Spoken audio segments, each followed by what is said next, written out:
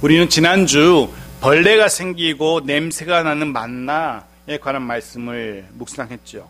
물론 하나님이 내리신 만나에는 아무런 문제가 없었습니다. 거두로 나간 이스라엘 백성들의 그 불순종으로 인해 벌어졌던 문제였죠. 하나님의 약속을 믿지 못했던, 하나님의 공급하심을 신뢰하지 못했던 이스라엘의 불신과 불순종, 의심이 문제였습니다. 그것이 만나로 하여금 벌레가 나게 했고 냄새가 나서 썩어지고 먹지 못하게 했던 거죠.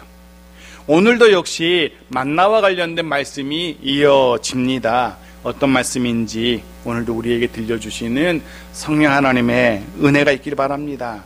새롭게 깨닫게 하시는 성령 하나님의 깨닫게 하시는 은혜가 오늘 모두에게 임하는 복된 시간이길 간절히 소원합니다. 자, 봅시다. 21절입니다. 같이 읽죠. 시작. 무리가 아침마다 각 사람은 먹을 만큼만 거두었고 햇볕이 뜨겁게 쬐면 그것이 쓰러졌더라. 네, 이스라엘 공동체가 아침마다 저마다 먹을 만큼의 만나를 거두게 됩니다. 그런데 신기하게도 햇볕이 뜨겁게 쬐면 하늘에서 내린 그 만나가 사라져버린 겁니다. 쓰러졌더라. 마치 눈이 녹아 사라지듯이 그렇게 만나가 사라진 겁니다. 만나는 아침에만, 그것도 햇볕이 완전히 떠오르기 전 이른 아침에만 거둘 수 있었다는 거죠. 문제는 즉 햇볕이 있기 전 이른 아침에만 만나를 거둘 수 있었기 때문에 게으른 사람들은, 게으른 사람들 혹은 여러 이유로 이른 아침에 일어나지 못한 사람들, 그들 어떻게 되겠습니까? 적어도 그날에 만나는 거둘 수 없습니다. 해서 적어도 그날은 온종일 굶어야 했던 겁니다. 특별히 성경은 이후에도 일관되게 게으름에 대해서 경고하고 있죠. 그 중에 잠언 6장 9절부터 11절의 말씀을 같이 보죠. 같이 읽죠. 시작. 게으른 자여, 내가 어느 때까지 누워 있겠느냐? 내가 어느 때에 잠이 깨어 일어나겠느냐? 좀 더 자자, 좀 더 졸자, 손을 모으고 좀 더 누워있자 하면 내 분궁이 강도같이 오며 내 곰핍이 군사같이 이르리라. 게으른 자, 그 결국은 빈궁이고 곰핍입니다. 옛말에 이런 말도 있죠. 하늘은 스스로 돕는 자를 돕는다. 들어보셨을 겁니다. 사랑하는 성도들은 물론 우리는 늘 최선을 다하는 그런 삶을 살아야 됩니다. 내가 할 수 있는 한 열심을, 최선을 다해야 합니다. 결국 끝까지 포기하지 말고 내가 할 수 있는 최선을 다해야 됩니다. 지레 겁먹고 자신감 잃고 손을 놓고 넋을 놓고 그래서는 안 되는 겁니다. 그럼에도 불구하고, 즉 나의 열심에도 불구하고 나의 최선으로도 할 수 없는 영역, 그건 주께 맡겨야 되는 거죠. 주의 은혜를 구해야 됩니다. 주의 긍휼과 주의 자비를 구해야 됩니다. 내가 할 수 없는 영역, 그건 주께 맡기는 것, 그게 믿음인 거죠. 나는 아무것도 하지 않고 그저 주의 도우심만 기다리는 건 그건 믿음이 아닙니다. 마치 감나무 아래에서 감이 떨어지기를 기다리는 것, 그건 믿음이 아니라는 겁니다. 그건 요행을 바라는 것일 뿐입니다.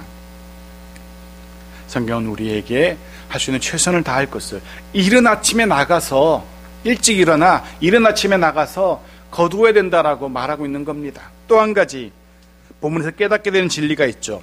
햇볕이 쬐면 사라져버리는 그 만나처럼 세상 그 모든 것들은 다 그렇게 결국은 사라질 존재라는 것을 우리가 깨닫게 되어집니다. 사도 바울은 고린도전서 7장 31절에서 이렇게 우리에게 고면하는데요. 읽어볼까요? 시작. 세상 물건을 쓰는 자들은 다 쓰지 못하는 자같이 하라. 이 세상의 외형은 지나감이러라. 이 세상의 모든 것들은 다 지나갑니다. 사도 베드로의 권면도 들어보죠. 베드로전서 1장 24절입니다. 같이 읽죠. 시작. 그러므로 모든 육체는 풀과 같고 그 모든 영광은 풀의 꽃과 같으니 풀은 마르고 꽃은 떨어지되. 그렇습니다. 사도들의 그리고 성경의 한결같은 권면은 세상 모든 것들은 다 지나갈 것들, 사라져버릴 것들이라는 겁니다. 그러니 그것에 사라질 것, 지나갈 것에 너무 마음 빼앗기지 말라는 권면입니다. 그것으로 인해서 너무 속상해하거나 너무 안타까워하지 말라는 겁니다. 그래서 너무 연연해하지 말아야 됩니다. 오늘 출애굽기 말씀도 마찬가지입니다. 이스라엘 공동체가 정말로 관심을 두고 주목해야 될 것은 이내 사라져버릴 그 만나 자체가 아니었던 겁니다. 이스라엘 공동체가 정말로 소중히 여기고 또 관심을 두어야 될 대상은 만나가 아니라 그 만나, 이내 사라져버릴 그 만나가 아니라 그 만나를 주시는 하나님, 하나님을 주목해야 됐던 겁니다. 사실 만나는 오늘 구하지 못하면 내일도 나가서 구하면 됩니다. 그래서 정말 중요한 것은 만나가 아니라 그 만나를 베푸시는 하나님이셨던 거죠. 이스라엘이 주목해야 될 것은 만나가 아니라 그 만나를 주셨던 하나님이셨던 겁니다. 이스라엘이 정말로 소중히 여겨야 할 대상은 만나가 아니라 그 만나를 매일 공급하시는 하나님이었습니다. 하지만 쉽지 않은 일입니다. 당장 내 눈에는 만나가 눈에 보이고 정말 시급한 것은 내가 먹어야 될 만나이기 때문에 사람들은 누구 할 것 없이 만나에 관심을 두고 만나를 주목하고 그 만나를 얻으려고 새벽같이 일어납니다. 정작 그 만나를 허락하시는 하나님을 주목하지 못했던 겁니다. 이스라엘만 그랬던 것이 아닙니다. 우리도 그렇죠. 우리의 필요한 양식을 허락하시는 하나님, 공급하시는 하나님, 그 모든 것들을 주시는 하나님이신데 우리는 그 하나님을 주목하는 것이 아니라 내게 주어진 것, 내 손에 있는 것, 내 삶의 여건, 환경들, 그것만 우리는 주목하며 살아가지 않습니까? 정작 그것을 허락하시는 하나님은 우리가 주목하지 않는 것 같습니다. 내게 주신 건강, 시간, 재물, 이런 것들, 그것에만 주목하지 그것을 주시는 하나님은 주목하지 않는 그런 세대입니다. 이스라엘이 그랬습니다. 하지만 중요한 것은 변함없는 신실함으로 하나님의 백성 이스라엘을 위해서 만나를 늘 공급하신 하나님, 그 하나님을 주목하고 그 하나님을 소중히 여겨야 했습니다. 우리도 마찬가지입니다. 일용할 양식, 만나 소중하죠. 그거 주목해야 됩니다. 하지만 그 만나를, 일용할 양식을 주시는 하나님은 더 소중히 여겨야 합니다. 그 하나님을 주목해야 되는 거죠. 내게 건강 주시고 내게 생명 주시고 해서 하루를 살게 하시는 하나님, 그 하나님께 우리는 감사해야 되는 거죠. 내게 주어진 하루가 소중한 만큼 그 하루를 주신 하나님은 더 소중하다는 사실을 우리가 잊지 말아야 될 겁니다. 저와 여러분 그렇게 하나님을 더 주목하고 하나님을 더 소중히 여기는, 더 하나님만 바라보는 그런 우리들이 되기를 간절히 소원하며 축복합니다. 계속 본문을 봅시다. 22절입니다. 같이 읽죠. 시작. 여섯째 날에는 각 사람이 갑절의 식물 곧 하나에 2오멜씩 거둔지라. 회중의 모든 지도자가 와서 모세에게 알림해. 내 만나와 관련해서 이스라엘 첫 번째 기억해야 될 독특한 점 하나는 햇볕이 쬐면 사라진다는 것이었죠.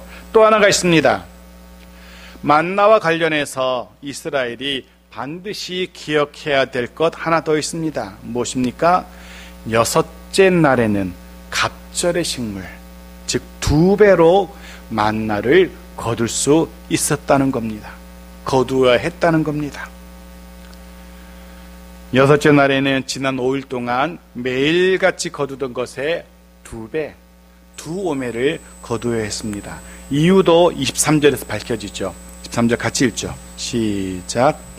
모세가 그들에게 이르되 여호와께서 이같이 말씀하셨느니라.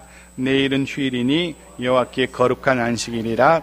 너희가 굴 것은 굽고 삶을 것은 삶고 그 나머지는 다 너희를 위하여 아침까지 간수하라. 내일, 즉 7째 날은 휴일, 이스라엘의 안식이기 때문에 해서 그 전날 2배로 거두라는 겁니다. 이 날은 아무것도, 어떤 노동도 해서는 안 되는 날이었습니다. 오직 하나님 앞에서 예배하는 것에 집중해야 하는 그런 날이었습니다. 당연히 불을 피워서도 안 되고요, 당연히 음식을 만드는 행위도 금지되는 날이었습니다. 해서 그 전날 6째 날에 2배를 거두어서 다음날 안식일에 먹을 음식까지 다 준비해야만 했던 겁니다. 미리 안식일 전날에 굽고 삶고 튀기고 그렇게 그 다음날 안식일을 위해서 음식을 만들어 놓아야 했습니다. 역시 이런 가르침을 깜빡하고 여섯째 날에 2배 거두지 못한 사람들은 결국 7째 날에는 먹을 것을 구하지 못했을 겁니다. 종일 굶어야 했습니다. 자신의 신중하지 못함을 탓하면서, 자신의 어리석음 깜빡하는 자신의 그 머리를 탓하면서, 그리고 함께 굶어야 했던 가족 식구들의 그 눈총을 받으면서 그 배고픈 하루를 보내야만 했을 겁니다. 또 하나 있습니다. 23절에서 우리가 주목해야 될 표현 하나 있는데요, 여호와께 거룩한 안식일, 여호와께 거룩한 안식일이라는 표현입니다. 또 다른 번역은 이렇게 번역하기도 하는데요, 여호와의 안식일, 여호와의 안식일 해서 25절도 이날을 여호와의 안식일로 표현하고 있습니다. 네, 거룩한 안식일을 여호와의 날, 하나님의 날로 표현하고 있는 겁니다. 이 날은 하나님의 날입니다. 하나님께서 거룩하게 구별하신 날입니다. 천지 만물을 창조하신 하나님께서 창조의 사역을 다 마치신 이후에 기뻐하신 날이죠. 그날, 이날, 하나님의 이 날에 우리도 안식하며 우리도 기뻐하며 그 거룩하심에 우리도 동참하는 겁니다. 바로 이 시간, 오늘 우리들 모두 하나님의 기쁨에 동참하며 그 기쁨을 함께하는 우리들에게 축복합니다. 바로 이 시간, 이 짧은 시간이지만 우리들 모두 하나님의 거룩에 동참하며 그 거룩을 닮아가는 그런 우리들에게를 간절히 소원하며 축복합니다. 해서 이스라엘 공동체는 6째 날 거둔 만나로 음식을 만들어 먹고 남은 음식은 다음 날까지 남겨두어야 했습니다. 문제는 기억하실 겁니다. 욕심을 부려서 다음 날도 만나가 내릴지 안 내릴지 의심했던 사람들, 다음날 먹을 만나까지 거두었는데 그 다음날 만나가 벌레가 생기고 썩어서 냄새나서 먹을 수 없었던 그런 경험을 이스라엘이 이미 했죠. 그 다음날 그 만나가 썩어서 먹을 수 없었던 그 경험이 있는 이스라엘입니다. 이런 경험이 있던, 이런 사실을 알고 있던 이스라엘 공동체 중에 어떤 사람들은 마음이 불안했을 겁니다. 다음날까지 남겨둔 이 음식이 과연 정상적으로 먹을 수 있을까? 이전처럼 냄새나고 썩고 벌레가 나서 못 먹게 되면 어떡하지? 라는 그런 불안한 마음이 들었던 사람들도 있을 겁니다. 해서 어떤 이는 안식일이 되기 전에 그 저녁에 그 다음날까지 두었다가는 이 음식을 먹을 수 있을지 먹을 수 없을지 모르니까 어떻게 하겠습니까? 여러분 같으면 어떻게 하겠습니까? 전날에 음식이 상하기 전에 다 먹어치우는 거죠. 혹시 음식이 상해서 못 먹을 수 있으니까 그럼 이 밤에 배가 터져라 먹어치운 이들 있을 겁니다. 내일 이 음식 못 먹을 수도 있으니 그럴 바에야 오늘 배가 터져라 먹고 내일 좀 버티면 되겠지라는 생각으로 먹어치운 사람들이 있을 겁니다. 하지만 보십시오. 24절입니다. 같이 읽죠. 시작. 그들이 모세의 명령대로 아침까지 간수하였으나 냄새도 나지 아니하고 벌레도 생기지 아니한지라. 신기하게도 벌레도 생기지 않았고 썩어서 냄새가 나지도 않았습니다. 지도자 모세의 말 그대로였습니다. 모세의 말을 신뢰하고 음식을 남겨둔 이들은 그 다음날 안식일 하루 편안하게 배부르게 음식을 먹을 수 있었습니다. 하지만 모세의 말 신뢰하지 못하고 전날 밤에 마치 세상 마지막 식사 시간인 것처럼 미련하게 배가 터져라 음식을 먹어치운 사람들 후회했을 겁니다. 그 자신의 미련함, 어리석음을 탓하며 자신의 믿음 없음을 탓하며 그렇게 또 하루를 굶었을 겁니다. 그런데 보십시오. 그런 멍청한 사람, 그런 미련한 사람만 있었던 게 아닙니다. 또 다른 멍청한 사람이 있었는데요. 26절, 27절을 보죠. 같이 읽죠. 시작. 엿새 동안은 너희가 그것을 거두되 7째 날은 안식일인즉 그날에는 없으리라 하였으나 7째 날에 백성 중 어떤 사람들이 거두러 나갔다가 얻지 못한지라. 분명 모세는 일곱째 날은 안식일이니까 그날에는 만나가 내리지 않을 거야 라고, 그날에는 만나를 거둘 수 없어 라고 하나님의 말씀을 전했습니다. 그런데 보십시오, 그런 모세의 말을 신뢰하지 못하고, 하나님의 말씀 신뢰하지 못하고 굳이 일곱째 날에도 만나를 거두러 나간 사람들이 있었다는 겁니다. 그런 어리석고 멍청한 사람들이 있었습니다.